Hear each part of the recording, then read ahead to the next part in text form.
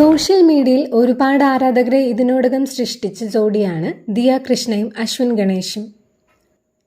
ഇവരുടെ വിവാഹം സെപ്റ്റംബറിലാണെന്ന് അറിയിച്ചിരുന്നുവെങ്കിലും ഡേറ്റ് പുറത്തുവിട്ടിരുന്നില്ല.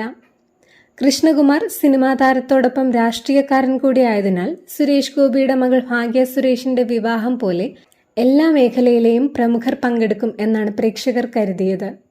എന്നാൽ വളരെ കുറച്ചുപേർ മാത്രം പങ്കെടുക്കുന്ന ഇന്റിമേറ്റ് വെഡ്ഡിംഗ് ആയിരിക്കും ഇതെന്നും അനാവശ്യ മീഡിയക്കാർ വരാതിരിക്കാൻ ഡേറ്റ് രഹസ്യമാക്കി വയ്ക്കുന്നുവെന്നുമാണ് ദിയ പറഞ്ഞത്.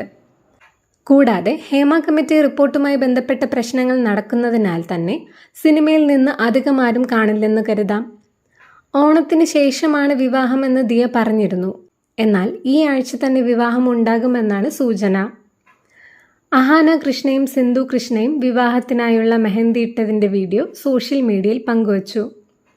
മെഹന്തി ആഘോഷം ഇതേ ദിവസം തന്നെയാണോ എന്ന് വ്യക്തമല്ലെങ്കിലും മെഹന്തി ഇടുന്നതിൻ്റെ ഇടയിൽ തന്നെ അഹാന തൻ്റെ മേക്കപ്പും ഹെയറും ചെയ്യുന്നുണ്ടായിരുന്നു.